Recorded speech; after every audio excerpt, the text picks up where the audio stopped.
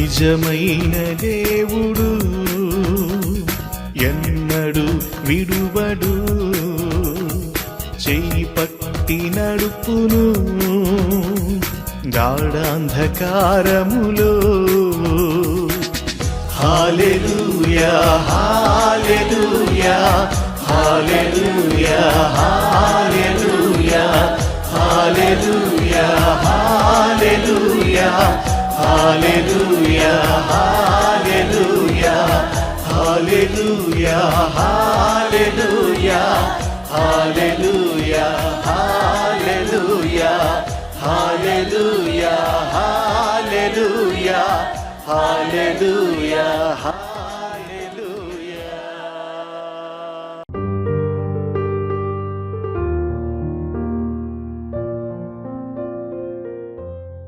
నిజమైన దేవుడు అనే శీర్షికలో ఈవేళ మనం ధ్యానించేది God restores the broken heart.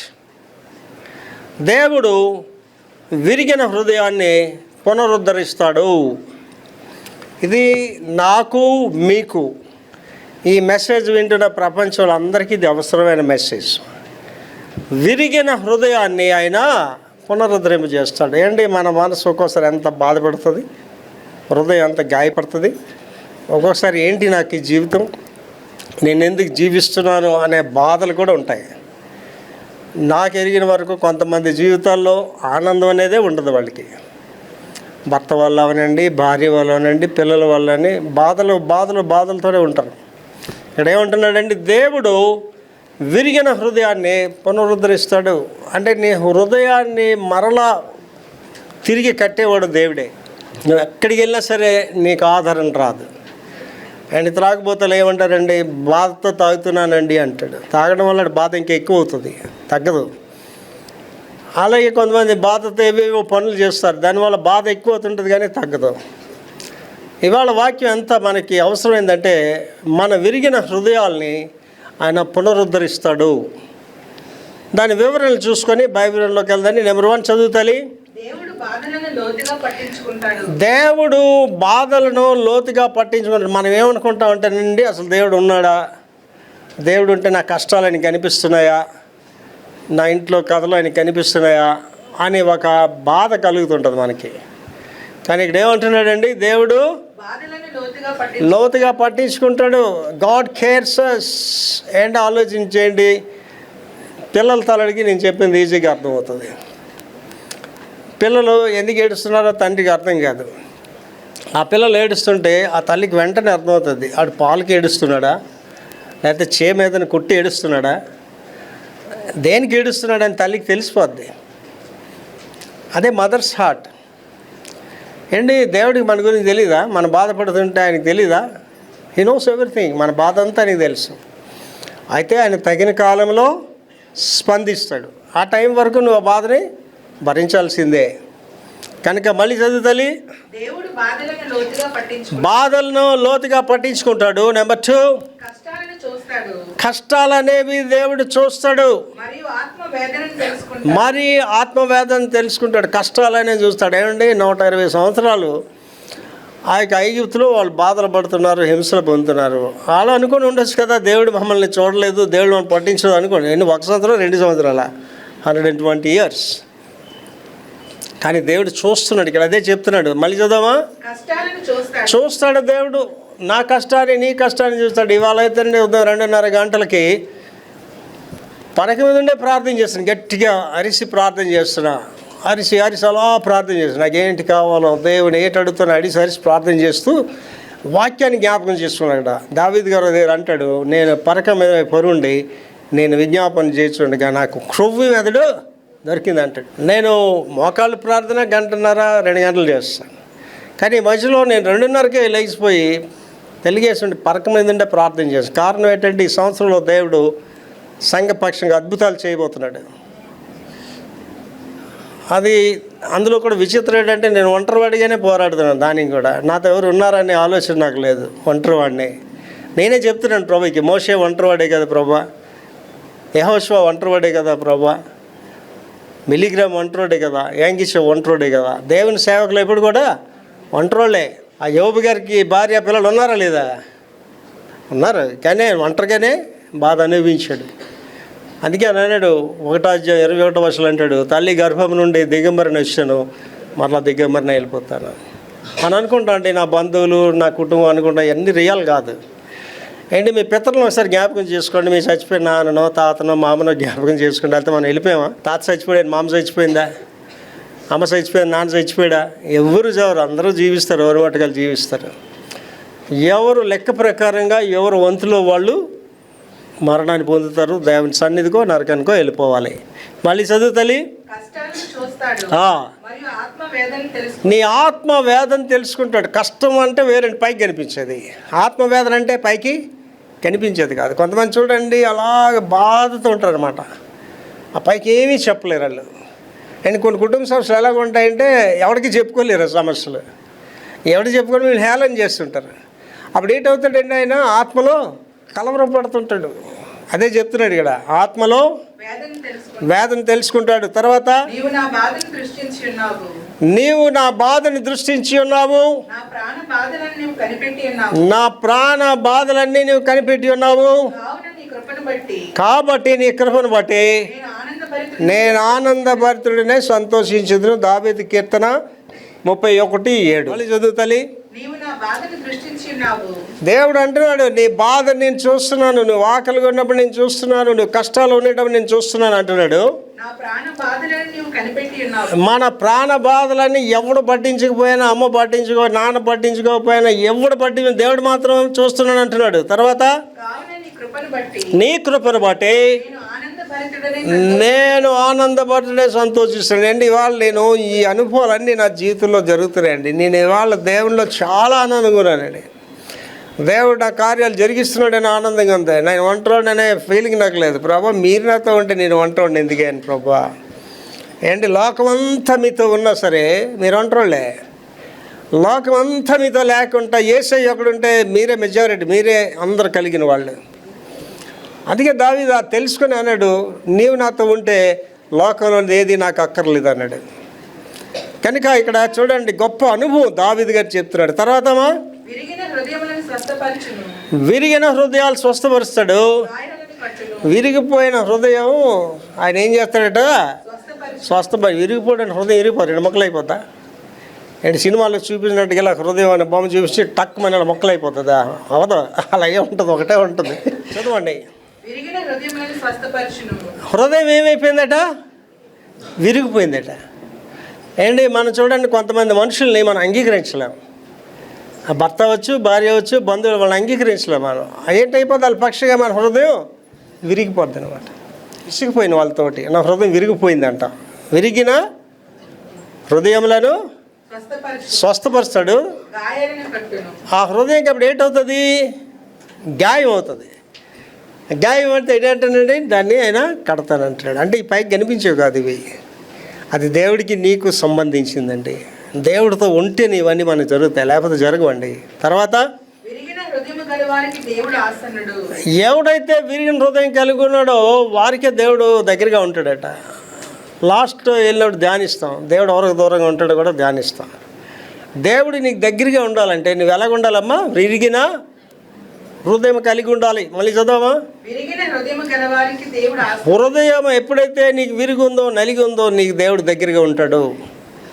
And ఆలోచించండి, కొన్ని బాధల్లో ఉన్నోళ్ళు, ఏ సహాయం లేని వాళ్ళు ఎలాగుంటారు, సహాయాలు ఉన్నోళ్ళు ఎలాగుంటారు, అండ్ ధనబలము జనబలం ఉన్నోళ్ళు ఎలాగుంటారు, వాళ్ళు లేని వాళ్ళు ఎలాగుంటారు.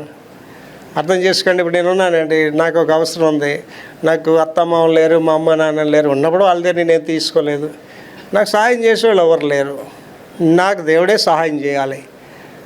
దేవుడి దగ్గర నేను తగ్గి ఉంటాను, నలిగి ఉంటాను, మాటలు ఎక్కువ రావు నాకు ఎవరు సహాయం చేయాలి, ఎవరు చేస్తారు, దేవుడే చేస్తాడు. నీకన్నీ జరిగిపోతున్నాయి అనుకోండి, నీకు ఏది కావాల్సి అన్నీ వస్తే నీకు విధేయత వస్తుందా? అహంకారం 4 బోధల మీద నడుస్తుంటుంది మనకి. ఇవాళ అహంకారులుగా పిల్లలు ఎందుకు జరుగుతారండి, వాళ్ళకి ఏది కావాల్సి మన సమకూర్చడం వల్ల వాళ్ళు అహంకారులు అయిపోతారు. చదువు మళ్ళీ అదే దగ్గరగా ఉంటాడు. ఎవరు ఆయన స్వరం విని వణుకుతుంటారో వాళ్ళే నేను దృష్టిస్తున్నాను అంటాడండి. అంటే నేను ప్రార్థన చేస్తాడు, చిన్న పిల్లలకి ఎయిడ్స్ ప్రార్థన చేస్తాను. ఇవాళ 2:30కి లేచి ఆ ప్రార్థనలో పరక మీద ప్రార్థన చేస్తూ ఒక పాట పాడుతున్నా. అది ఎప్పుడంటే నేను షిప్ యార్డ్లో పని చేసేటప్పుడు ఆ స్కూటర్ మీద వెళ్తూ షిప్ యార్డ్కి వెళ్తూ నాకు దేవుని సేవ సంపూర్ణంగా రావాలని ఆశ. ఎప్పుడు వస్తానని ఆశ. అంటే నేను సేవకి ఏదో గొడవలు పడో లేకపోతే బంధువులు ఉన్నారనో నా ఇంట్లో చర్చి పెట్టలేదు. నేను దేవుడు పిలిచాడు నన్ను. అప్పుడు ఏ పాట పాడేవని తెలుసండి, ఆ ఓవర్ హ్యాండ్లింగ్ బెల్ట్ కింద నుంచి వెళ్తుండేది స్కూటర్. ఆ ధూళి ఎలాగ రేగుతుండేది అనమాట. మీరు ఎప్పుడైనా వెళ్తే కనిపిస్తుంది ధూళి ఎలాగ వస్తుంటుంది. ఆ ధూళి చూసి ఏ పాట పాడేవనంటే, నిస్సహాయ స్థితిలో వదిలేయకు, ఈ ధూళిలో కలసిపోనీయకు, మృతుడనై నిన్ను నేను కొనియాడగలనా, మృతుడనై నిన్ను నేను కొనియాడగలనా, ఆత్మ నంపి నన్ను కాయుము, ఆత్మ నంపి నన్ను కాయుము. ఆ పాట ఇవాళ పాడుకుంటున్నా. అది ఎప్పుడండి, నేను ఇంకా సంపూర్ణ సేవకు రాలేదు, ఇంకా షిప్ యార్డ్లో పనిచేస్తున్నాను, సేవకు రాలేని ఆశ, సంపూర్ణ సేవకు రాలేదు కానీ సేవ చేస్తున్నాను. ఏడుస్తూ ఆ పాట అప్పుడు పాడుకున్నా. ప్రభువా, అప్పుడు నాకు రిజల్ట్ ఇచ్చారు కదా, ఆ పాట విన్నారు కదా, నా హృదయాన్ని చూశారు కదా, నాకు ఇవాళ ఇంత మంచి చర్చ్ ఇచ్చారు కదా, ఇంత మంచి సేవ ఇచ్చారు కదా, మరి ఇవాళ నేను ఇంకా పెద్దది అడుగుతున్నాను కదా, ఇవాళ కూడా అదే పాట మళ్ళీ పాడుతున్నానండి. ఏమంటే దేవుడు మీ కోరికలు తీరుస్తాడండి. నీ కోరికలు తీర్చే దేవుడే యేసు దేవుడండి. మనుషులోడు నీ కోరిక తీర్చలేడు. మనుషులోడు నా కోరిక తీర్చలేదండి. నేను అమెరికా వెళ్ళాలని ఆశ నాకు చిన్నప్పటి నుంచి 4వ క్లాస్ చదువుతుందని అమెరికా వెళ్ళాలని. అమెరికా నేను మనుషులెవడు పంపించలేదు, దేవుడే తీసుకెళ్ళాడు. నా విద్య, అధిక విద్య 21 సంవత్సరాలు, 21 years నా ఎడ్యుకేషన్ దేవుడే చదివించాడు. విచిత్రం తెలుసండి, మా నాన్నగారు ఆఖరిగా నాకు కట్టిన ఫీజు అయితే నేను ఇంటర్మీడియట్ ఆఖరిగా ఫీజు కట్టాడు అంతే. ఆయన ఫీజు కట్టిన దాంట్లో ఫెయిల్ అయిపోయావు, అదే లాస్ట్. అక్కడి నుంచి నా చదువు అంతా నేనే కష్టపడి నా కష్టార్జితంతోనే నేను ఫీజులు కట్టుకొని చదువుకున్నానండి. అందుకే నాకు చదువు విలువ తెలుసు, డబ్బు విలువ తెలుసు, టైం విలువ కూడా నాకు తెలుసు. చదవ మళ్ళీ తర్వాత దేవుడు నలిగిన మనసులు గలవారిని రక్షిస్తాడు. నీవు బాధలో పడిపోతున్నావు, హృదయం బాధపడుతుంది, కష్టాల్లోనే నిన్ను ఎవడు రక్షించాడు, ఒక దేవుడే రక్షిస్తాడు. ఏంటి నేను గంటాపదం చెప్పగలను, నాకు ఏ మనిషి సహాయం చేయలేదండి, నాకు సహాయం చేసినట్టు దేవుడే. ఇవాళ నేను అడుగుతున్నవన్నీ చాలా పెద్దవండి. ఎవరికైనా నేను చెప్తే ఏంటనుకుంటారంటే పగటి కళలు అని అనుకుంటారు, డే డ్రీమ్స్ అంటారు. కానీ నాకు ప్రేయర్ చేసేటప్పుడు అనిపిస్తుంది, అవన్నీ చూస్తుంటాను నేను, దేవుడు నాకు ఇస్తున్నాడు అని అనిపిస్తుంటుంది నాకు. నిరీక్షణకు ఆధారం లేనప్పుడు అబ్రహాము దేవుడిని నమ్మాడు, అది అతనికి దట్స్ ఇట్. చదవ మళ్ళీ, రక్షిస్తాడు. తర్వాత హృదయాల్ని మళ్ళీ బాగు చేస్తాడు, ఆయన నూతన హృదయం చేస్తాడు. దావీదు ప్రార్థన చేస్తాడు, దేవా నాకు నూతన హృదయం కలుగు చేయమంటాడు. ఆయన హృదయం అన్నిటికంటే మోసకరమైనది, అది ఘోరమైన వ్యాధి గలది. ఇప్పుడు హృదయం ఇవ్వాలండి, నూతన హృదయం ఇవ్వాలి. ఆ హృదయంలోకి ఎవరు రావాలండి? యేసు ప్రభు రావాలి ఆ హృదయంలోనికి. అప్పుడు నీ హృదయం మారిపోద్ది. ఏంటి ఇవాళ నా దేవుడి మీద ద్వేషాలు గేషాలు ఏమి ఉండవండి. చెప్పాలనుకున్నది వాక్యంలో చెప్తాను, ఎదురుగా ఉన్నా సరే చెప్తాను. మనం చెప్పాలి కదా, చెప్పకపోతే అవతల ఎలా తెలుసుకుంటారండి? How they will come to know? అవతల తెలుసుకోవాలి కదండి. వినటం వలన విశ్వాసం కలుగుతుంది. చెప్పేవాడు ఒకటి ఉండాలి కదా, చెప్తేనే కదా నువ్వు తెలుసుకుంటావు, ఎలా తెలుసుకుంటావు? కనుక కాపురు అనేవాడు కంపల్సరీగా చెప్పాలి, కాపురు అనేవాడు. తర్వాత అమ్మా, ఎప్పుడైతే నువ్వు ప్రార్థన మొదలు పెట్టావో దేవుడు నీకు దగ్గరగా ఉంటాడు. ఏంటి ప్రార్థన అనగానే నేను ప్రార్థన చేస్తున్నాను అనుకుంటారు చాలామంది అనుకుంటారు, నేను 8 సంవత్సరాలు ప్రార్థన చేస్తే నేను అవ్వట్లేదు పాస్టర్ గారు అంటారు. ప్రార్థనలు 2 రకాల ప్రార్థనలు చెప్పాడు యేసు ప్రభు గారు. ఒక ప్రార్థన ఏంటంటే పరిశుద్ధ ప్రార్థన, ఒకటి శంకర ప్రార్థన. అంటే ఎబ్బేజ్ అనే ఆయన గురించి ఒక మెసేజే చెప్పాను. ఎబ్బేజ్ అయితే ఇంకా చాలా చిన్న ప్రార్థన చేశాడు, కానీ దేవుడు వెంటనే సమాధానం ఇచ్చాడు ఎబ్బేజ్కి. ఇవాళ మీరు అనేక దినాలు ప్రార్థన చేస్తారు, మీ ప్రార్థన సమాధానం ఎందుకు రావట్లేదంటే ఏం ప్రార్థన చేస్తున్నారని మీరు పరిషేడు ప్రార్థన చేస్తున్నారు, నీతిమంతురాలుగా నీతిమంతుడిగా చేస్తున్నారు. కనుక అక్కడ ఏమంటున్నాడమ్మా, దేవుడు దగ్గరగా ఉండాలంటే నువ్వేం చేయాలా, ప్రార్థన చేయాలా. అంటే నేను ప్రార్థన మోకాళ్ళు లేగానే నా రూమ్ అంతా వెలుగు వచ్చేస్తుంది, దేవదూతలు వచ్చేస్తాయి, దేవుని సన్నిధి నేను అనుభవిస్తుంటాను. దేవుడు మన దగ్గర అయిపోతాడండి, మనుషులు మన దగ్గర కూడా రాడు, దేవుడు దగ్గర అయిపోతాడు. తర్వాత వినయము గల వారి ఆత్మను, వినయం ఎప్పుడైతే నీకుందో దేవుడు నీకేంటంటే ఉజ్జీవం, రివైవల్ అనేది ఇస్తాడండి. వినయం అనేది అవసరం అండి. వాళ్ళు చూడండి మనుషులు మాట్లాడేవాడు ఎంత అహంకారంగా మాట్లాడతారు అండి. నాది సైకాలజీ, థియాలజీ, ఫిలాసఫీ, నా సబ్జెక్ట్స్ 3. సైకాలజీ అంటే మనస్తత్వ శాస్త్రం, ఫిలాసఫీ అంటే తత్వశాస్త్రం, థియాలజీ అంటే దైవ శాస్త్రం. ఇప్పుడు ఏంటో చదువు అది. నువ్వు వినయంగా ఉన్నవా లేదో సైకాలజీ అంటే మనస్తత్వ శాస్త్రం. ఒక ఆడపిల్ల తను కూర్చోని బట్టే ఆవిడ వినయం ఉందా లేదో తెలుస్తుంది. ఒక మగవాడు వాడు నడిచే విధానం బట్టే వాడికి వినయం ఉందా లేదో తెలుస్తుంటుంది. ఒక మనిషి నిలబడిన విధానాన్ని బట్టే వాడికి వినయం ఉందా లేదో తెలుస్తుంది. అండ్ ఇవాళ చూడండి మీరు నా వరకైతే వాళ్ళు ఎలా చూడగా, అందుకే చెప్పాను సైకాలజీ, థియాలజీ, ఫిలాసఫీ నేను ఎలా చూడగానే నాకు అర్థమైపోద్ది, గర్విష్ఠులేని అర్థమైపోద్ది. నెమ్మదోలు ఎవరో గర్విష్ఠులు ఎవరో మనకి ఈజీగా అర్థమైపోద్ది. మనిషికి అర్థమైతే దేవుడికి అర్థం అవుతుంది. ఇక్కడ ఏమంటున్నాడమ్మా, ఎప్పుడైతే నీకు వినయం వచ్చిందో నీ ఆత్మ దేవుడు ఏం చేస్తాడమ్మా, ఉజ్జీవింపజేస్తాడు. వినయం అనేది రావాలి. వినయం ఎప్పుడు వస్తుందండి, ఆయన పొందిన దెబ్బల చేత ఆయన విధేయత నేర్చుకోవడం. అంటే నీకు ఆకలి రావాలి, బట్ట కొరువు రావాలి, ఎలా జీవిస్తానో ఈరోజు ఎలా గడుస్తుందని వస్తే నీకు వినయం వస్తుంది తప్ప అన్నీ సాగిపోతే వినయం రాదు. ఆవిడికి రాదు, ఆడికి రాదు. ఆ వినయం నీకు ఎప్పుడైతే వచ్చింది ఏమంటున్నాడమ్మా, ఉజ్జీవం అనేది నీకు కలుగు చేస్తాడు. తర్వాత కొత్త మనసు, కొత్త మనసు అంటే కాగా ఎవడైనా క్రీస్తు చేసినందున ఎడలా వాడు, అంటే నీకేమొచ్చింది, కొత్త మనసు వచ్చేసింది అనమాట. తర్వాత ఏమన్నాడంటే రెండోది కోరికలు సరైనవి, అంటే కోరికలు వేరు. అక్కడ ఏమన్నాడండి, సరైన మాట బట్టి చదవం అదే మాట, కొత్త మనస్సు, కొత్త మనసు అండి. క్రీస్తు చేసినందున వాడు నూతన సృష్టి, మారు మనసు పొందమంటే పేతురు ఏమన్నాడు, మీరు మారు మనసు పొంది పాప క్షమాపణ నిమిత్తము బాప్తిసం పొందండి. ఎక్కడ ఉంది నీ కొత్త మనసు? రెండో భాగం ఏంటంటే కొత్త మనసు, నీ కోరికలు సరిగా ఉన్నాయా? ఏంటి నేను ప్రార్థన చేస్తానండి ఉదయం, ప్రార్థన చేసి నా కోరికలన్నీ ఏంటి పెద్ద అంటే దేవుని సేవ గురించే, నా గురించిగా. అప్పుడు నేను మళ్ళీ వెంటనే ఏం ప్రార్థన చేస్తానంటే, ప్రభా ఇవన్నీ కూడా పగటకాలంలాగా ఉన్నాయా, ఈవిడికైనా చెప్తే ఇవి జరుగుతాయా అని ఆలోచన వస్తుంది కదా. ఎందుకు రాదండి, ఈయన ఏంటి పెద్ద పెద్ద చెప్తున్నాడు, ఇవి జరుగుతాయా జరుగువా అని ఆలోచన వస్తుంది. అందుకేమన్నాడంటే అక్కడ సరి అయిన కోరికలు, నీ కోరిక ఉండడం అవసరం. కోరిక లేకపోతే మనిషి జీవించలేడు. ఆశ అనేది ఉండాలి మనిషి. ఆ ఆశ ఎలాగ ఉండాలి, సరైనదే ఉండాలి. నీ స్తోమతకి నీ స్థితికి సరైనదే ఉండాలి. స్థితికి మించి ఆశలు ఉన్నాయనుకో జరగవు, కంపల్సరీగా జరగవు అవి. సేవకుడికైనా సరే, కుటుంబ వ్యవస్థలోనైనా నువ్వు ఏ స్థితిలోనో దాని మీదే నువ్వు ఆలోచన చేయాలి తప్ప అంతకు మించి నువ్వేం చేసినా అవి నీకు జరగవు. జరిగినా కష్టం.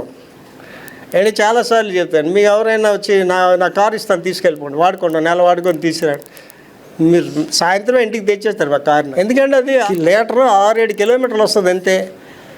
మీరు ఒక్కరోజు నా కారు తిప్పితే మీ నెల జీతం అయిపోద్ది.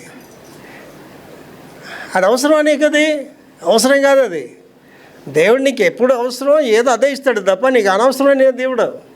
ఏంటి వాళ్ళు నేనేం ప్రయత్నం చేస్తున్నాండి, 3 బస్సులు మినిమం, మ్యాక్సిమం 6 బస్సులతో విలేజెస్కి వెళ్ళి పరిచయం చేయాలని ప్రార్థన చేస్తున్నాను. అది ఇవాళ నేను చేయగలను, ఇవాళ నాకు అసాధ్యం కాదు, అది ఇవాళ చేయగలను. రెండోది ఏంటంటే తెలుసండి, భారతదేశంలో ఏ ప్రదేశానికైనా హెలికాప్టర్ మీద వెళ్ళి నేను వాక్యం అందించాలి. ఇప్పుడు అవుతుందా నాకు అది ఇవాళ అవదు. చేయాలని చేయగలను కానీ దానికి పెద్ద బడ్జెట్ నేను కేటాయించాలి, అవసరం లేదు నాకు అది. ఆ వేళ నాకు దేవుడు ఇచ్చినప్పుడు అది నాకు ఎలాగుంటుందంటే హెలికాప్టర్ ఎర్ర బస్సులాగే నాకు ఉంటుంది. ఎక్కడికైనా ఇలాగ వెళ్ళిపోవాలి. 4వ తరగతి చదువుతున్నాడు మా నాన్నగారికి మా చెప్తున్నా, నేను ఎప్పుడైనా సరే అమెరికా వెళ్తాను. 4వ క్లాస్, కమ్మలిల్లు, కర్రలు పొయ్యి, సామాన్యమైన కుటుంబం, ఒకటే మంచం అందరికీ. మా నాన్నగారు పడుకోవాలి దాని మీద. అమ్మా నేను ఎప్పటికైనా అమెరికా వెళ్తాను అని మా ఫాదరు చిట్టి ఈ కర్రోడికన్నీ డాబులేనే అన్నాడు. వాస్తవానికి ఆ వేళ నిజంగా డాబులేవి, కానీ ఇవాళ నేను ఏమైనా ఎలాగ ఎక్కుతానండి, ఎర్రబస్ ఎక్కినట్టు ఎక్కుతాడు. అని అమెరికా ఎలాగ వెళ్తాను, అనకాపల్లి వెళ్ళినట్టుగా వెళ్ళిపోతాను అమెరికాకి. అంటే దేవుడిని ఏం చేస్తాడండి, సాధ్యపరుస్తాడు. కానీ నాకు ఇవాళ నాకు ఇది ఉంటేనే నేను వెళ్తానంటే నువ్వేం చేయలేవు. నువ్వు అర్థమవుతుంది. అదే లాస్ట్లో చదువు, రెండో భాగం ఏంటి చదవమా? సరైన కోరికలు. ఎలాంటి కోరికలు నీకు ఉన్నాయి? సరైన కోరిక ఉండాలి. ఆ కోరిక ఉండేటప్పుడు అది నీకు నెరవేరుతుంది. నిన్ను ప్రజలు కూడా అభినందిస్తారు. ఆయన ఏమనుకున్నాడో అది జరిగింది, ఆమె ఏమనుకున్నదో అది జరిగిందని అభినందిస్తారు. దేవుడు మహింపరచబడతారు. తర్వాతమ్మా క్రొత్త ఆత్మను ఏంటి, ఇది ఫైనల్ అందులో వివరణలో. దేవుడు న్యూ స్పిరిట్ అంటే ఇవాళ వరకు మీకున్న ఆత్మ వేరు. అంటే ఇక్కడ ఉన్న వాళ్ళందరూ చాలా జాగ్రత్తగా, వెలుగుదూత కూడా మీ దగ్గరకు వచ్చి దేవుడు మాట్లాడినట్టు మాట్లాడుతుంది. వెలుగుదూత కూడా సాతాను దూతలు అనేకమైన పనులు చేస్తుంటాయి. ఒక టైం మిస్లీడింగ్ స్పిరిట్స్ ఉంటాయి, నీకు తప్పుదోవలకు నడిపించేస్తుంటాయి. అటు దేవుళ్ళకి వచ్చి మాట్లాడతారు సాతాను కూడా. భాషలు కూడా దేవుని పరిశుద్ధాత్మ వల్ల భాషలు మాట్లాడతారు, దురాత్మలు కూడా భాషలు మాట్లాడతారు. డిస్కరేజ్మెంటల్ స్పిరిట్స్ అంటాడు, నిరుత్సాహపరిచే ఆత్మలు. ఏంటో ఒక మనిషి చచ్చిపోతుంది, యాక్సిడెంట్, ఉరేసుకుంటుంది. ఎందుకు వేసుకుంటుంది అమ్మాయి? ఆ దురాత్మ చెప్తుంటుంది, ఉరేసుకో ఉరేసుకో ఉరేసుకో నీ పని అయిపోయిందని చెప్తుంటుంది ఆ దురాత్మ. ఒక్కొక్క దురాత్మ ఒక్కొక్క పని చేస్తుంటుంది. ఇక్కడ ఏమంటున్నాడండి, ఇక్కడ ఆత్మ, కొత్త ఆత్మ అంటే దేవుని ఆత్మ నీలోనికి రావాలి. నా ఆత్మ లేనివాడు నా వాడు కాడని చెప్పేసాడు. కొత్త ఆత్మను, ఆ హృదయానికి ఏటు ఉండాలటమా? ప్రేమ ఉండాలి. ఏం ప్రేమ? సినిమా ప్రేమలు కాదు. సినిమా ప్రేమలకి ఏమన్నాడండి? ఎరోస్ అన్నాడు. ఫిలియా అంటే తల్లిదండ్రుల ప్రేమ, అన్నదమ్ములు, వాటిలో కూడా వాస్తుంది కొద్దిగా. గాడ్స్ లవ్ అని కానీ ఏమనండి, అగాఫే అనే మాట వాడాడు. దేవుని ప్రేమను కలిగి ఉండాలని మనం. దేవుని ప్రేమ అలాంటిదండి, అవధులు లేని ప్రేమ. మానవుడి ప్రేమ ఎలాగ ఉంటుందండి, ఇది ఇచ్చాను నాకు అది ఇవ్వు, అది మనుషుల ప్రేమ. దేవుడు ప్రేమ అంటే అన్కండిషనల్, దానికి ఒక ఇది లేదు, ఇది ఇస్తేనే నేను ప్రేమిస్తాను లేదు దేవుడు. God loves everybody. అవన్నీ కానీ లాస్ట్కి ఏమవుతుంది, ఆయనే ప్రేమ అయినాడు అని సార్, దేవుడే ప్రేమ అయినాడు అంటున్నాడు. బైబిల్ ఎవరిలోకి వెళ్తానండి, మూలవాక్యం అది చదువామా? మూలవాక్యం యెషయా 57:15. మహాగణుడు, మహోన్నతుడు, పరిశుద్ధుడు సెలవిస్తున్నాడు. మహోన్నతమైన పరిశుద్ధ స్థలంలో నివసిస్తాను. అయినా అంటే నేను ఎంత గొప్ప ఉండే కానీ అయినా సరే వినయము గల వారి ప్రాణమును ఉజ్జీవింపజేయటకు, నలిగిన వారి ప్రాణము ఉజ్జీవింపజేయటకును వినయము గల వారి యొద్ద నివసిస్తానని చెప్తున్నాడు దేవుడు. ఇది మూలవాక్యము. దీన్ని 6 భాగాలుగా చేసేవాడు. అదే ధ్యానించుకొని ముగించుకుందాం. ఈ మూలవాక్యాన్ని 6 భాగాలుగా విభజించాను. నెంబర్ 1 ఏంటంటే, మహాగణుడు, మహోన్నతుడైన దేవుడు. మన దేవుడు ఎవరండి? ఘనమైన వాడు కాదు, మహాగణుడు. Is a great God. మహోన్నతుడు, ఉన్నతమైన వాడు. అలాంటి ఉన్నతమైన వాడు, మహోన్నతుడు లేడు ఎక్కడ కూడా. అలాంటి దేవుడి దగ్గర మనం వచ్చాం. అలాంటి దేవుని మనం ఆరాధిస్తున్నాం. దానికి రిఫరెన్స్ ఏంటంటేనండి, యెషయా 33:5. యెషయా 33:5. యెహోవా మహాఘనత పొంది ఉన్నాడు. దేవుడు ఉన్నత స్థలముల్లో నివసిస్తూ న్యాయముతోను, న్యాయము నీతితో సియోను నింపెను. అంటే దేవుడు నీలో ఉండాలంటే ఏటు ఉండాలమ్మా? నీలో న్యాయం ఉండాలి. నీలో ఏటు ఉండాలమ్మా? నీతి ఉండాలి. న్యాయం అంటే ఏంటండి? కూతుర్ని కోడల్ని ఒకేలాగా చూసే న్యాయం, కొడుకుని అల్లుణ్ణి ఒకేలాగా చూసే న్యాయం, నీ పిల్లల్ని ఎదుటోళ్ళ పిల్లల్ని ఒకేలాగా చూసే న్యాయం. నీతి లేకపోతే వాటిని ఎవడు లెక్క చేయడు. నీతి లేని నువ్వుడు లెక్క చేయడు. దేవుడు కాదు, మనిషి లెక్క చేయడు.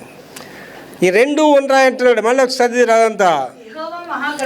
మహాఘనతను పొందిన దేవుడు ఆయన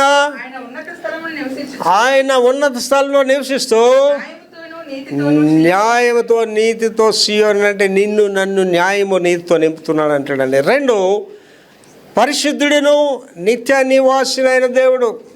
పరిశుద్ధుడైన నిత్య నివాసి అంటే నిత్యము మనతో నివసించేవాడు, నివాసమునకు యోగ్యుడైన వాడు. దాని రిఫరెన్స్ దావీదు కీర్తన 97:9. దావీదు కీర్తన 97:9 చదువురా. ఏలయనగా అంటే ఎందుకంటే యెహోవా భూలోకమంతటికి పైగా మహోన్నతుడు అయినావు. అంటే భూమి అంతటికి అధిపతి అన్నాడైనా. Is the God ruling the whole world. ఈ లోకమంతటిని పరిపాలిస్తున్న దేవుడు. పరలోకమందు నీ చిత్తము నెరవేరులాగున భూమి అందు నెరవేరునుగాక. దేవుడు నీకు ఆవేళ భోజనం పెడితేనే నీకు వాళ్ళు భోజనం. దేవుడు నాకు అది ఇస్తేనే ఆవేళ నాకు అది, లేకపోతే లేదు అది మనకి. అదే చెప్తున్నాడు. మళ్ళీ చదువురా.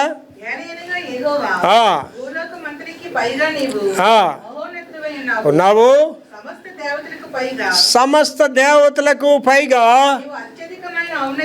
నీవు అత్యధికమైన ఔన్నత్యం పొంది ఉన్నావు. సమస్త దేవతలకు పైగా అంటేనండి దేవుళ్ళు అనబడేవారు, దేవతలు అనేబడేవారు. జాషువా ఆ రోజుల్లో చెప్పాడు ఆయన 33 కోట్ల దేవతలు ఎగ్గబడ్డ భారతదేశం అన్నాడు. అంటే ఆ రోజులు 33 కోట్ల జనాభా, దేవుళ్ళు కూడా 33 కోట్లు అని చెప్పేశాడు. ఇవాళ ఎంతండి 140 కోట్లు. నేనంటాను ఇవాళ 140 కోట్ల దేవుళ్ళు ఉన్నారని చెప్పాలి. అంటే ఏంటంటే అనేక మంది దేవుళ్ళు, ఒక దేవుడు కాదు వాళ్ళకి. అట్లా ఏమంటుండండి, ఆ దేవతలకు అందరికీ పైగా అత్యధికమైన ఔన్నత్యం పొంది ఉన్నాడు. అండి నేను చాలాసార్లు చెప్తాను, దేవుళ్ళు అనబడేవారు ఉన్నారు తప్ప వాళ్ళందరూ దేవుళ్ళు కాదు. They are not gods. దేవుళ్ళు కాదు కానీ దేవుళ్ళని పిలువబడుతున్నారు. ఇప్పుడు ఇక్కడ ఏమంటున్నాడండి, వీళ్ళందరికీ కూడా అయినా ఉన్నతమైన వాడు. 3 మహోన్నతమైన పరిశుద్ధ స్థలంలో నివసించు దేవుడు. అంటే దేవుడు నివసించే స్థలం ఎక్కడండి? పరిశుద్ధ స్థలం. మహోన్నతమైన స్థలం అంటాడు, ఉన్నతమైన స్థలం అంటాడు. దావీదు గారు ఎక్కువ ఎక్స్ప్లెయిన్ చేసాడండి. దావీదు కీర్తన 113:5 ఉన్నతమందు ఆసీనుడయ్యున్న దేవుడైన యెహోవాను పోలి ఉన్నవాడు. ఏమండి చిన్నపిల్లోడు దావీదు, వాళ్ళ నాన్న ఏమొచ్చి అన్నదమ్ములకి ఏవో వంటకాలు ఇచ్చి తీసుకెళ్ళి ఇచ్చిరా అని చెప్పాడు. ఆడు యుద్ధభూమిలోకి వెళ్ళాడు. అక్కడికి వెళ్ళగానే అక్కడ ఏమన్నా సీన్ ఏంటండి, గోలియాత్ అనేవాడు వీళ్ళని నిందిస్తున్నాడు. వాళ్ళకి అది ఎవరు నిందిస్తున్నాడు? దేవుడినే నిందిస్తున్నాడు. కోపం వచ్చిందండి దావీదుకి. దావీదు కోపం వచ్చి ఏమనండి, ఒరే కుక్క, జీవం గల దేవుడిని చూసి నువ్వు వేపాటి వాడురా అన్నాడు. చూద్దాం అదే మాట. ఎవడు లేడండి యెహోవా దేవుడిని పోలినవాడు, ఎవరు లేడు. ఇవాళ చాలామందికి అర్థమవుతుందండి, ఆ విగ్రహారాధనలో ఎన్ని వదిలేసి ఎందుకు యేసుప్రభుని నమ్ముకుంటున్నారండి. వాళ్ళని ఎవరు బలవంతంగా మార్చట్లేదు. వాళ్ళు బలవంత మార్పిడి అంటున్నారు కానీ బలవంతంగా ఎవరు మార్చట్లేదు. వాళ్ళెందుకు వాళ్ళు తెలుసుకున్నారు అండి. ఆ సమరయ స్త్రీ ఆ బావి దగ్గర యేసుప్రభు గారు మాట్లాడారు. ఆవిడే ఊరికి వెళ్ళింది. ఆ ఊర్లో గ్రామంలోకి వెళ్ళింది. ఆ గ్రామంలోకి వెళ్ళి ఈ విషయాలన్నీ వాళ్ళకి చెప్పింది. చెప్పిన తర్వాత గ్రామం అంతా వచ్చారు యేసుప్రభు దగ్గరికి. వాళ్ళకి స్టేట్మెంట్ ఇస్తారు అక్కడ ఏంటంటే, ఇక మీదట నీవు చెప్పిన మాటలు బట్టి కాక మా మట్టుకు మేమే ఈయన నిజంగా దేవుడని నమ్ముతున్నాం అన్నాడండి. ఏంటి, మా తాత విగ్రహారాధన చేశాడండి. మా నాన్నగారు 12వ సంవత్సరంకు విగ్రహారాధన చేశాడు. 22వ సంవత్సరం వచ్చినప్పుడు ఆయన విగ్రహారాధన నుంచి పైకి వచ్చాడు. ఎలాగొచ్చాడు? ఆయన నిజమైన దేవుడు అని తెలుసుకున్నాడు యేసుప్రభుని. లేకపోతే ఆయన మహాభయంకరమైన విగ్రహారాధన చేసాడు మా ఫాదర్ 22nd ఇయర్ వరకు కూడా. ఆయన నిజమైన దేవుడు అని తెలుసుకున్నాడు. ఇవాళ నేను ఎలా ప్రపంచ దేశాలకు వెళ్ళి చెప్తున్నానండి. నేనేదో కథలు చెప్పట్లేదు, నా జ్ఞానంతో ప్రసంగాలు చేయటం లేదు. అంటే నా ప్రసంగాలు మీరు వినండి, ప్రతిదీ అనుభవంలో నుంచే చెప్తాను తప్ప నేనేమి ఏదో వర్ణించి ఏం చెప్పను మీకు. నిజమైన దేవుడు అని తెలుసుకున్నాను. అదే ఇక్కడ చెప్తున్నాడు దావీదు గారు. ఏటమా, ఎవడు లేడండి యెహోవాని పోలినవాడు ఎవడు లేడండి. ఇవాళండి మీరు ఈ సోషల్ మీడియాలో మీరు చూడండి, పెద్ద సినిమా యాక్టర్లు యేసుప్రభుని నమ్ముకున్నారండి, పాటలు పాడేవాళ్ళు యేసుప్రభుని నమ్ముకున్నారండి. మొన్న నేను వింటుంటే ఒక ఆవిడ పూజలు చేసి మంత్రాలు చదివేవాడు యేసుప్రభుని నమ్ముకుంది. వాళ్ళు సాక్ష్యాలు చెప్తున్నారు, అనుభవ సాక్ష్యాలు చెప్తున్నారు వాళ్ళు. కారణం ఏంటంటే ఇటువంటి దేవుడు ఎక్కడా లేడు. నెంబర్ 4 వినయము గల వారి ప్రాణమును ఉజ్జీవింపచేయు దేవుడు. వినయము గల ప్రాణమును ఉజ్జీవం అంటే నీకు వినయం ఎప్పుడైతే వచ్చిందో తగ్గింపు ఎప్పుడైతే వచ్చిందో నీకేమంటాడు? ఉజ్జీవం వస్తాడు. దానికి ఇంకో భాషలో ఏమంటాడండి? తను తాను తగ్గించుకునేవాడు హెచ్చింపబడతాడు. అంటే నువ్వు హెచ్చింపబడాలంటే నీకేంటి రావాలి? తగ్గింపు రావాలి. నేను చాలాసార్లు చెప్తాను, ఒక ఆక్సిజన్ టవర్స్ ఉన్నాయనుకోండి, 20 అంతస్తులు 30 అంతస్తులు మేడలు అవి. ఒక 20 అంతస్తులు పైకి వెళ్ళాలంటే ఆ మేడ ముందుకు ఎక్కడికి వెళ్ళాలండి? కిందకి వెళ్ళాలా? ఎంత లోతుగా కిందకి వెళ్తే అంత పైకి వెళ్తుంది. వినయము గల వారి ప్రాణమును ఉజ్జీంపజేస్తాడు అంటున్నాడండి. Joel chapter 2 verse 13. యోబేలు గ్రంథము 2వ అధ్యాయము 13వ వచనము. మీ దేవుడైన యెహోవా ఏంటి? దేవుడైన యెహోవా 2 క్యారెక్టర్ చెప్తున్నాడు. ఏంటంటే కరుణ, కనికరము, వాత్సల్యము. అంటే కనికరంలో చూసింది కూడా, అంటే మనం చూసి ఆయన జాలి పడిపోతాడంట. అంటే నా వరకు అయితే ఎవడైనా తిండి లేదని కానీ చెప్తే నేను పని ఆపి వాళ్ళకి ఏదో రకమైన భోజనం ఏర్పాటు చేస్తాను. వాళ్ళు ఎవరో నాకు తెలియవలసిన పని లేదు. అదే ఇక్కడ చెప్తున్నాడు. ఏంటో అది కరుణ వాత్సల్యాలు కలిగిన వాడు. అంటే నేను ప్రయాణాలు చేసినప్పుడు, ఇప్పుడంటే రైలు బండి కొన్ని సంవత్సరాలు అయిపోయింది, ఇప్పుడు ఎక్కడికైనా వెళ్ళాలంటే విమానంలోనే వెళ్ళిపోతాను. కానీ రైలు బండి వెళ్ళేటప్పుడు రిజర్వేషన్ కూడా ఉండదు కదా. నేను అప్పుడు వెళ్ళినప్పుడు జనరల్ బోగీలు వెళ్ళేవాడిని. జనరల్ బోగీలు ఏంటండి? రైలు బండికి వెనకాల ఒకటి ముందు ఒకటి ఉంటుంది, కిక్కిరిసిన ప్రేక్షకులతో ఉంటుంది. ఈ రన్నింగ్ ట్రైన్స్, ఈ లాంగ్ జర్నీ ట్రైన్స్ అన్నింటిలో ఎక్కువ ఒరియే వాళ్ళు ఉంటారు. జనరల్ బోగీలు ఎక్కినప్పుడు భోజనం టైం వచ్చినప్పుడు వాడు కానా అని వస్తాడు. రాగానే నేను భోజనం చెప్తాను. అడిగి నా చుట్టూ వాళ్ళతో మాట్లాడుతుంటారు నాతో. ఎరా భోజనం చెప్పలేదంటే టొంకానే సాబ్ అంటాడు. అంటే డబ్బులు లేవు సార్ అంటాడు. అప్పుడు అడిగి చెప్తాను, మరి 10 మందికి 10 భోజనాలు ఇచ్చిరని చెప్తాను. కరుణ వాత్సల్యతలు అంటే నీకు కనికరం ఉండాలండి. అంటే నేను ఈ మధ్యకాలంలో ఎక్కువ ఇది ప్రార్థన చేస్తున్నాను. దేవా నన్ను ఆత్మవరములతో ఆత్మ ఫలములతో నింపు ప్రభు అని ప్రార్థన చేస్తాను. ఆత్మవరాలు అంటే ఏంటంటే స్వస్థత వరము, ప్రవచన వరము, ఈ వరాలన్నీ కూడా వాక్యాన్ని బోధించే వరం అన్నీ కూడా ఆత్మవరాలు. ఫలాలు ఏంటండి? ప్రేమ, దయ, సంతోషము, సాత్వికము, ఆశానగరం, ఇవన్నీ అడుగుతున్నాను. Lord give me all of this things. మనలో అవన్నీ ఉండాలండి మనలోని. అని నువ్వు అడిగితేనే కదా దేవుడు ఇస్తాడు. అదే ఇక్కడ చెప్తున్నాడు. ఏంటో మళ్ళీ చదవండి.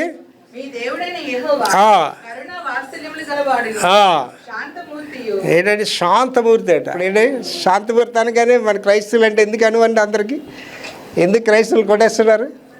ఎందుకు క్రైస్తవ మీటింగ్లో అల్లరి చేస్తున్నారు? ఏంటి నేర్పించాడు యేసు ప్రభు? శాంతంగా ఉండడం నేర్పించాడు. అందువల్ల మన శాంతమూర్తిలో ఉండడం వల్ల క్రైస్తవులు ఎలా కనిపిస్తున్నారు? వీళ్ళకి పనికి మనలకే కనిపిస్తున్నారు. నేను అనిపిస్తుందండి, మన యేసు ప్రభుని కాకుండా యెహోవాను ఆరాధిస్తే బాగున్నా. ఇశ్రాయేలీలాగా చిన్న దేశమైనా సరే అన్ని దేశాలని మనం బెదిరించవచ్చు అని అనిపిస్తుంటుంది అప్పుడప్పుడు నాకు. కానీ యేసు ప్రభు గారు ఆ సిద్ధాంతం చెప్పలేదు. యేసు ప్రభు గారు ఏ సిద్ధాంతం చెప్పారు? కుడి చెంప కొడితే ఎడం చెంపనికి ఇవ్వమంటారు. అందువల్ల క్రైస్తవులు ఏమైపోయారండి? అందరికీ అనువైపోయారు. ముఖ్యంగా భారతదేశంలో చదవది శాంతమూర్తి, కృప కాకుండా సూపర్లెటివ్ అనమాట, అత్యంతమైన కృప కలిగిన వాడు పోయి ఉండే, తాను చేయనుద్దేశించిన కీడు చేయక పశ్చాత్తాపడతాడు కనుక మీ వస్త్రములను కాక మీ హృదయాలు చింపుకొని. This is an important thing అండి. This an important. మళ్ళీ చదువు 2వ భాగం. దేవుడు ఒక డిసైడ్మెంట్కి వచ్చాడు, నీ మీదకి శాపం పంపించాలని డిసైడ్మెంట్కి వచ్చాడటండి. అప్పుడు ఏమంటున్నాడే? ఆయన ఉద్దేశించిన కీడుని చేయకుండా ఆ దేవుడు పశ్చాత్తాపడతాడట. మీ వస్త్రాలు కాక, వస్త్రాలు కాదు చింపుకోవాల్సింది. ఏంటి చింపుకోవాలంటే హృదయాలు చింపుకోవాలి. అంత అక్కడే ఉంది కథ, అంత అక్కడే ఉంది కదా. ఏంటి ఆలోచించండి. నినివేకి యోనా గారిని వెళ్ళమన్నారండి. యోనా గారు తెలిసిపోయిందా నినివేడు ఒకటి మాట అంటారని. అదే కాబట్టి యోనా గారికి ఇంకా అధికమైన ఆలోచన కూడా వచ్చింది. నన్ను వెళ్తాడు కొడేస్తారేమో కూడా నా ఆలోచన వచ్చింది. ఏంటి వాళ్ళు నేనేం ప్రార్థన చేస్తానో తెలుసండి? దేవుడు ఒక రోజు నాకు ఇస్తాడేమో. విజయవాడ నడిబొడ్డు నిలబడి, హైదరాబాద్ నడిబొడ్డు నిలబడి, ఢిల్లీ నడిబొడ్డు నిలబట్టి కెరివేలి పర్వతం మీద జరిగినట్టుగా అడుగుతాను. ఎవడైనా రండ్రా మీ దేవుడు నిరూపించండి, నా దేవుడిని నిరూపిస్తాను. పెట్టండి అగ్నిగాంధకాలు మంటలు పెట్టండి, అందులో వెళ్ళిపోదాం. మీరు వెళ్ళండి ముందు. నేను ఎందుకంటే కాలిపోతాడు గ్యారెంటీ. నేను కాలేదని ఇక్కడ వెళ్ళదు. ముందు ఆయనే తోసి కాల్ చేయాలని. అంటే నాకు అలాంటి పౌరుషం వస్తుంది ఇవాళ. అంటే దేవుడి కొరకు ఎలాగుండాలంటే ఏలియా మన వంటి మానవ స్వభావం కలిగిన వాడు. ఏలియా ప్రార్థన చేస్తే 3.5 సంవత్సరాల వర్షం నాకేదో ఇంకో చర్చ్ ఇక్కడ పెట్టేసానో లేకపోతే ఇంకో పాస్ట్గా ఉండాలని నాకు లేదండి. I want to be special. అంటే దేవుని కొరకు ఎలాంటి కార్యమైనా చేయాలనే ఆలోచనలు దేవుడు నాకు ఇస్తున్నాడండి. ఇక్కడ అదే చెప్తున్నాడు. ఏం చదవం అది?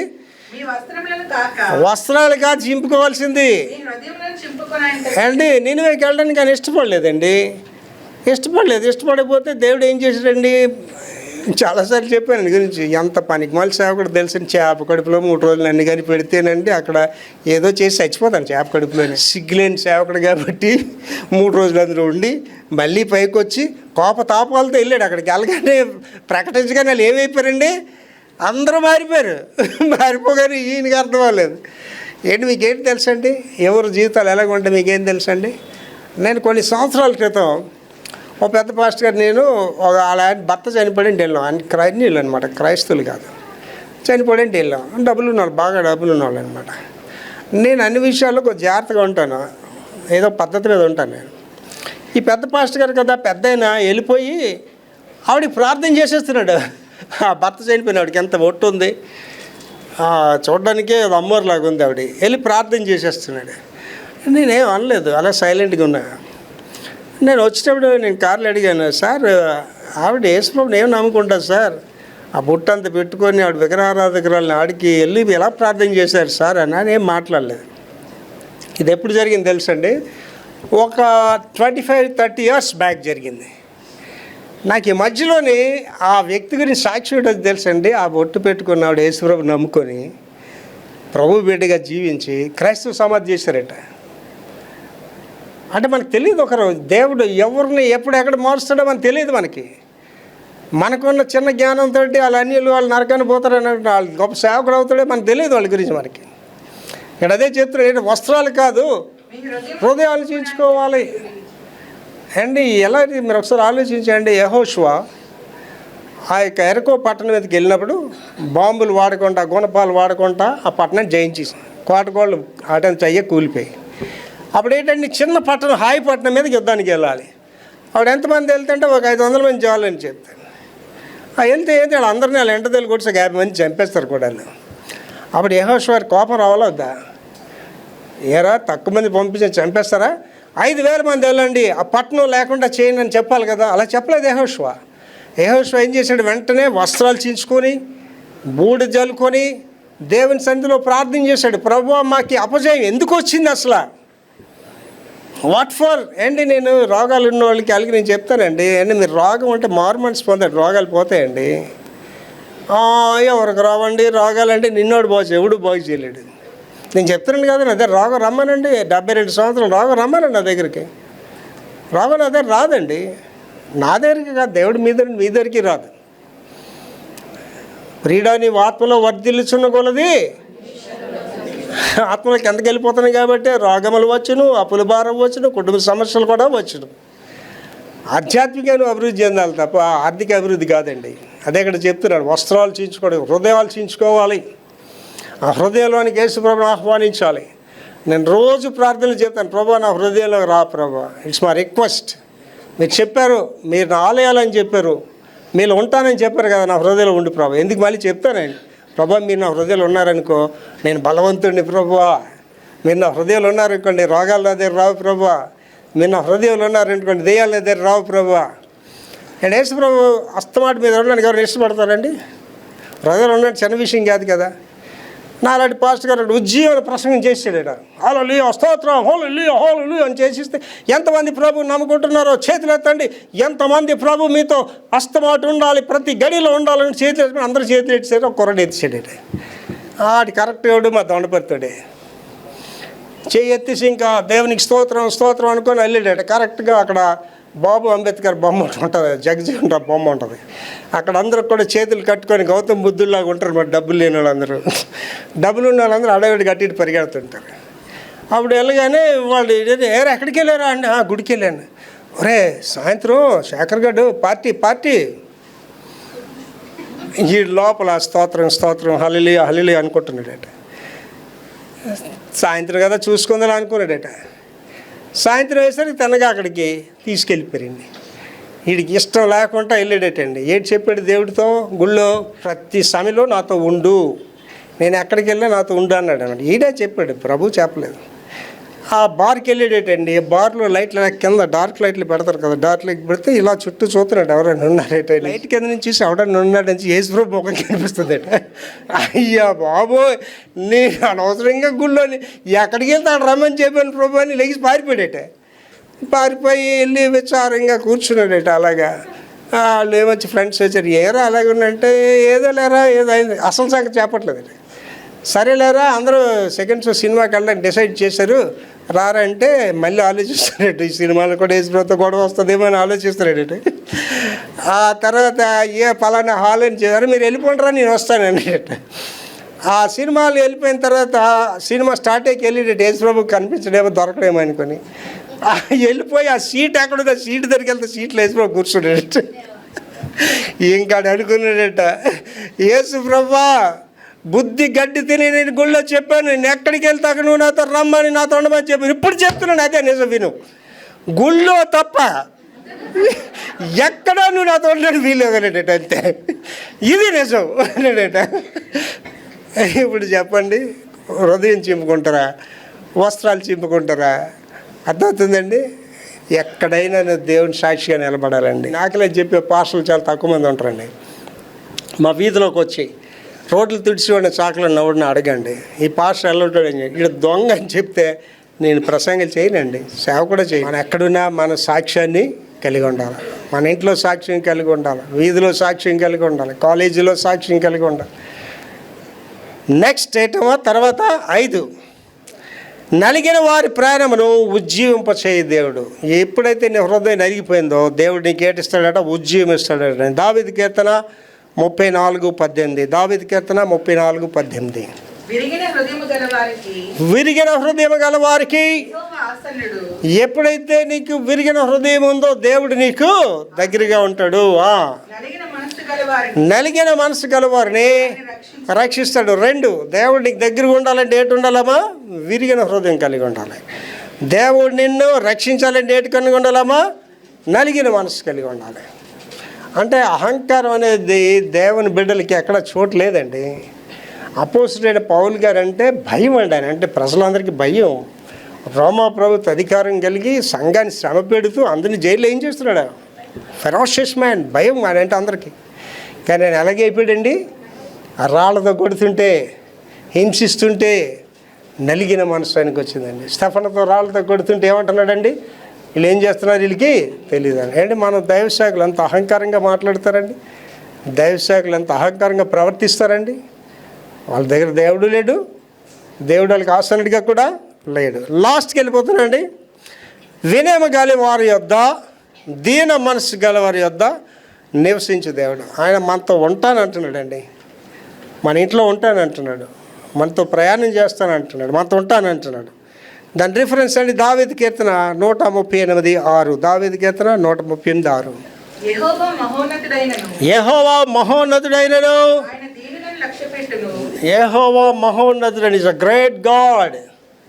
ఏంటో ఒకసారి మీరు ఆలోచించండి, కూర్చొని చాలా సీరియస్గా ఆలోచించండి. ఎవరైనా మీరు వెళ్ళి సీఎంని కలగలరా? మీరు ఎవరైనా పిఎంని కలగలరా? సాధ్యం కాదు. మీకు సీఎం కంటే పిఎం కంటే గొప్పవాడు ఎవరండి? దేవుడు, సృష్టికర్త. ఆయన్ని కలడం ఎంత ఈజీ. మీకు ప్రభువా అని పిలగాని పిలికే దేవుడు అండి. అదే చెప్తున్నాడు, చదవ మళ్ళీ అది. మనల్ని లక్ష్య పెడతాడట, మనల్ని చూస్తుంటాడట, మనల్ని గుర్తిస్తాడట. 2వ భాగం ఇందాక చెప్పాను, లాస్ట్లో ధ్యానిస్తాం. దూరము నుండి గర్విష్ఠులు, చాలా జాగ్రత్తగానండి ఈ మాట.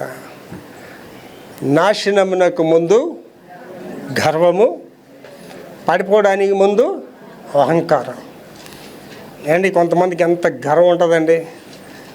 అంటే నేను చాలా అందమైన దాన్ని, నేను చాలా తెలివైన దాన్ని, నేను బలవంతమైన వాడిని, నాకు బోల్డ్ డబ్బు ఉంది. అహంకారాలు, గర్వాలు ఎలాగుంటాయని ఆలోచించండి మనుషులకి.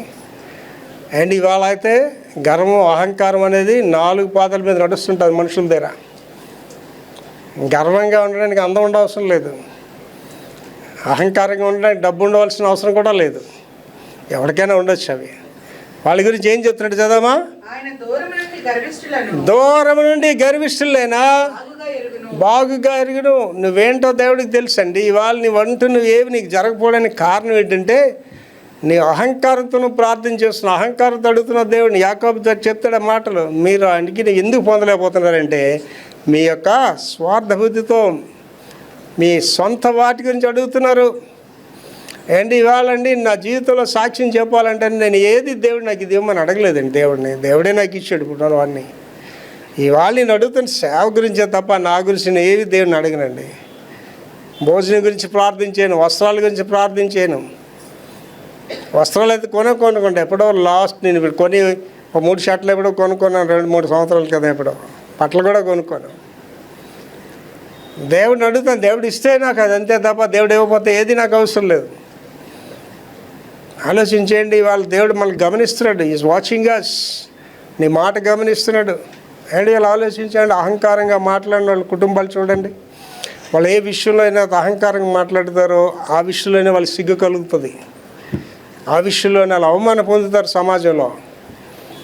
ఎవరిని తోలనాడవలసిన పని మీకు లేదండి.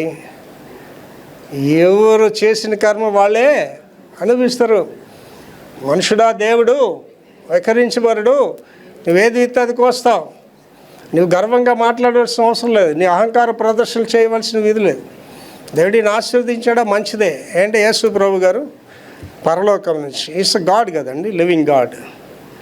పరలోకము భూమి అంతా ఆయనదే. భూమి మీదకి రావాలి, శరీరం దాల్చుకోవాలి. కారణం ఏంటి? శిలువ మీద రక్తం చిందించాలి. ఆయన ఇష్టం మన ఇష్టం, ఎక్కడ పుట్టాలి చెప్పడం ఆయన ఇష్టం కదా. హెరోదు గారి ఇంట్లో కూడా కన్యకులు ఉన్నారు కదా. ఆయన ఏ రోజు ఇంట్లో పుట్టాడండి కన్యకలో. ఎవరినైనా వెళ్ళి చూడండి యేసు ప్రభుని అక్కడ ఎవడ కోట్లోకి వెళ్ళలేరు. హెరోదు గారు ఒక పెద్ద రేట్లు పెడతాడు అక్కడ. దేవుడిని దర్శించాలంటే ఎంత రేట్లు అని చెప్తాడు. ఈ టైంలోనే దేవుడిని దర్శించాలండి. ఈ జరిగిన దేవుడు ఏమైపోయాడండి? అక్కడికి వెళ్ళిపోయాడండి. ఆయన పశువుల పాకి వెళ్ళిపోయాడు. ఈ వాళ్ళు కూడా పశువుల పాకలో పుట్టాడండి. మీరు ఆలోచించేయండి. నాకు అప్పుడప్పుడు అనిపిస్తుందండి, పశువుల పాకలో పుట్టిన దేవుడిని ప్రకటించడానికి ఇవాళ ఏసీ కార్లు కావాలా, బాన్సర్స్ కావాలా, మనుషులకి ఆధిక్యతలు కావాలి ఇవాళ. అర్థమైందండి? ఏంటి మన వచ్చిన ఆయన ఐజాక్ రాజు గారు ఏం చెప్పాడు? మీ పాస్టర్ గారిని పిలిచాం, ఆ కార్డులో ఆయన పేరు ఉంటేనే ప్రసంగం చేస్తాడు అనుకున్నాం, ఆయన పేరు లేకపోయినా వచ్చి చేసాడు అన్నాడు. అంటే నేను చెప్తాను, ఇక్కడ ఉన్న వాళ్ళు నా వాయికులు వింటున్న వాళ్ళకి అందరూ చెప్తానండి, నోబడీ గాట్ రెపిటేషన్. నీకు నువ్వేమి కాదు. నేను ఎవరికైనా చెప్తాను, పాస్టర్ గారు మీరు చాలా మంచివారు అండి, అలాగే అండి అని చెప్తే అన్నీ వినంటే, ఎవరే నువ్వు చూసింది నన్ను కాదు యేసుప్రభుని చూశారని నాలో అంటే. నీలో ఏదైనా మంచి ఉంటే అది యేసుప్రభు తప్ప నువ్వు కాదు. నువ్వేదైనా గొప్ప పని జరిగితే అది యేసుప్రభు తప్ప నువ్వు కాదు. అది అందుకే దేవుడు ఏమన్నాడు? సమస్తములు ఆయన చిత్త ప్రకారం జరుగుతున్నాయని చెప్పమన్నాడు. అంతే. దేవుడి చిత్తమైతే ఇది చేస్తాను, దేవుడి చిత్తమైతే అది చేస్తాను చెప్పడం, నేను ఇలా చేస్తాను, ఆకాశాన్ని ఊపేస్తాను చెప్పమని చెప్పలేదు ఎక్కడ దేవుడు. కానీ వాళ్ళ మనుషులు ఏమవుతున్నారండి? దేవుడు ఔన్నత్యం ఇవ్వగానే దేని స్థితి మర్చిపోతున్నారు. ఏంటి? ఆ మెగా చర్చ్ పాస్ట్ గారు ఉన్నారండి. ఆ మెగా చర్చ్ పాస్ట్ గారు కానీ ఆయన ట్రంక్ పెట్టి పట్టుకొని హైదరాబాద్ వెళ్ళి జ్ఞాపకం ఉన్నది అనుకోండి, ఆ బాన్సర్స్ అడుగుతాడండి. బాన్సర్స్ని అడగడం, గణతలు అడుగుతాడా? గణతలు ఏమి అడగడం. పేతురు గారు చాలా ఔన్నత్యంతో రాస్తాడండి. ఆయన దేవుడైండి దేవునితో ఉండట సమానమని భాగ్యమని ఎంచుకొనక దాసుని రూపము దాల్చుకొని శిలువ మరణం పొందినంతగా విధేయత చూపించాడండి. ఇవాళ మనకి ఎంత గర్వాలు ఉంటాయండి, ఎంత అహంకారాలు ఉంటాయండి. నేను కొంతమంది గురించి ప్రార్థన చేసేటప్పుడు, ప్రభా చాలా మంచి పిల్లలే కానీ ప్రభా వాళ్ళ అహంకారం వదలదట్టు ఉంటుంది ప్రభా, బిడ్డలు కనికరించండి. వాళ్ళ గురించి ఏం ప్రార్థన చేస్తాను తెలుసండి? వాళ్ళకి పెద్ద ఔన్నత్యమైన జీవితం అవసరం లేదు కానీ ప్రభా వాళ్ళు మారు మనసు పొంది మినిమం గుడ్ లైఫ్, కనీసం మంచి జీవితం కలిగి ఉండేలాగా బిడ్డలు దీవించమని ప్రార్థన చేస్తానండి. కారణం ఏంటంటేనండి, నాశనమునకు ముందు గర్వము, పడిపోవడానికి ముందు. మీ జీవిత చరిత్రలో చూడండి, కొంత ఏజ్ ఉన్నవాళ్ళు చూడండి, వయసు ఉన్నవాళ్ళు చూడండి, ఎంతమంది అహంకారులు నాశనం అయిపోయిన వాళ్ళు చూశాను మనం, ఎంతమంది గర్విష్ఠులు నాశనం అయిపోయిన వాళ్ళు చూశానండి. నా జీవితంలో చాలామంది నేను చూశాను. ఒక ఆవిడైతేనంటే సినిమా యాక్టర్లాగా ఉండేదండి, రైల్వే హాస్పిటల్లో పనిచేసింది. ఆ రోజుల్లోనే అడిగి 1,25,000 జీతం, ఎత్తుగా ఉండేది, వైట్గా ఉండేది, అందరినీ ఎంచిదండి. చెప్పాను కదా, వృద్ధకన్య అయిపోయింది. నిజంగా ఎలాంటి వాడిని పెళ్లి చేసుకుందంటేనండి, ఇంకా ఆవిడకి భర్త కావాలంతే ఫైనల్ స్టేజ్లో. కారణం ఏంటి? వయసు అయిపోయింది. ఒక ముసలిలో పనికిమాలినటువంటి చేసుకుందండి. ఏంటంటే ఆవిడకి ఏది నడిపించిందండి ఆవిడ అక్కడికి? గర్వం, అహంకారం. ఏమంటున్నాడండి ఇంకో దగ్గర ఇంకా భయంకరమైన మాట్లాడు, అహంకారులను దేవుడు ఎదిరించి దీనులకైనా సహాయం చేస్తానంటాడు. ఏంటి నా దగ్గర అహంకారంగా మాట్లాడిన వాళ్ళు ఇవాళ నా ఎదురుగా చేతులు కట్టుకొని నిలబడతారండి. నా ఎదురుగా అహంకారంగా మాట్లాడినాడు. నేను ఎవరినైనా ప్రేమిస్తానండి, నా ఎవరి దగ్గరైనా సరే నా అహంకారం మనకే ఉందండి. దేవుడి బట్టి మనకే ఉన్నదండి. బిల్లిగ్రామ్ గారు ఏం చెప్పారండి? ఏసైని మోస్తున్నా గాడిదికి అహంకారం ఏంటండి? గాడిదికి ఘనత ఏంటండి? అర్థమవుతుందండి. ప్రతి సేవకుడు కూడా గాడిదలాంటి వాడే, ప్రతి క్రైస్తవుడు కూడా గాడిదలాంటి వాడే. మీరు ఎంత తగ్గించుకుంటారో తెలు అంతగా హెచ్చరించబడతారు. ఉన్నతమైన స్థితికి వెళ్ళాలని ఆలోచన ఉంటే అంతగా తగ్గించుకోండి, దేవుడు మిమ్మల్ని ఆశీర్వదిస్తాడు. టైటిల్ ఏంటండి? దేవుడు విరిగిన హృదయాన్ని పునరుద్ధరిస్తాడు. నీ హృదయం ఎలాగున్నది? అహంకారంతో ఉందా? గర్వంతో ఉందా? మోసపూరితంగా ఉందా? లోక ఆశలతో ఉందా? దేంతో ఉంది నీ హృదయం? నీ హృదయ ఆలోచన బట్టే నీ స్థితిగతులు ఉంటాయి తల్లి. నీ హృదయాన్ని బట్టే నీ బ్రతుకు కూడా ఉంటుంది. ఇవాళ ప్రభు సన్నిధిలో మనం తగ్గించుకుందాం. దేవుడు అంటున్నాడు, విరిగిన హృదయం గలవారిని నేను పునరుద్ధరిస్తానంటున్నాడు. నువ్వు బాధలో ఉన్నావా? దేవుడు నీతో ఉన్నాడు తల్లి. ప్రజలు నేను తృణీకరిస్తున్నారా? దేవుడు నీతో ఉన్నాడు. కష్టాల్లో ఉన్నావా? దేవుడు నీతో ఉన్నాడు. దేవుడు నీకు మంచి భవిష్యత్తు ఇస్తానంటున్నాడు. కష్టాల్లో ఉన్న వాళ్ళకి, బాధలు ఉన్న వాళ్ళకి దేవుడు ఇవాళ ఏం చెప్తున్నాడు? జాగ్రత్తగా వినండి. రాత్రి తర్వాత పగలు వస్తుంది తల్లి. అప్పు ఎక్కుతున్నావు అంటే నీకు డౌన్ వస్తుంది.